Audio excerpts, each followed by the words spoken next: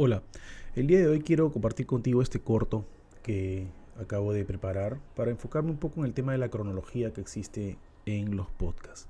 Encontré esta fuente muy interesante, una infografía de Copyblogger que te muestra cómo ha sido la evolución de los podcasts desde que se lanzó. Por ejemplo, algo que te muestra que es muy interesante es que en un artículo publicado en el diario The Guardian en el 2004 se acuñó la palabra podcasting. Años más tarde, el presidente Bush, por ejemplo, en el año 2005, dio su primer speech como presidente a través de un podcast. Y mucho más aún, años adelante, en 2013, Apple anuncia que llegó a 1 billón de suscriptores en sus podcasts, lo cual te da más o menos una visión de lo que es el podcasting y más aún en la actualidad. Esta información es al 2014, o sea, 4 años más tarde, mucho más. Ahora, entremos al promedio de podcast, de promedio de tiempo de los podcasts. Los minutos es más o menos 22 minutos. En el caso de los podcasts que yo produzco es 22 minutos, 25. Más o menos ese es el promedio de un podcast según la información que tengo de Copyblogger. Algo bien interesante también que me gustaría es un dato de Statista que muestra que, por ejemplo, cuáles son los podcasts según las categorías más populares.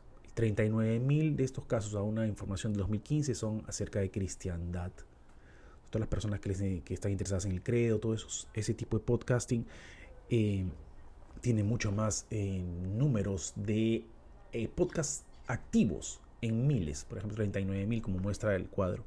Por ejemplo, los podcasts que yo produzco, que son de management, de marketing, etcétera, y muchos otros solamente llegan al 5.000 y algo más, como puedes ver en la gráfica, lo cual te puede decir que no solamente en este término, sino el tema de alimentación, el tema de sport, en el tema de cultura, educación, inclusive de periodismo, existe una gran oportunidad, video games, de oportunidad de crear un podcast, ¿no? Ahora, lo más importante cuando tú presentes una información a un futuro cliente o en tu trabajo para implementar un programa de podcast es que presentes data específica y válida de fuentes válidas, de fuentes serias para que tú puedas argumentar con fundamento el caso que quieres presentar o el proyecto en tu organización o para un cliente.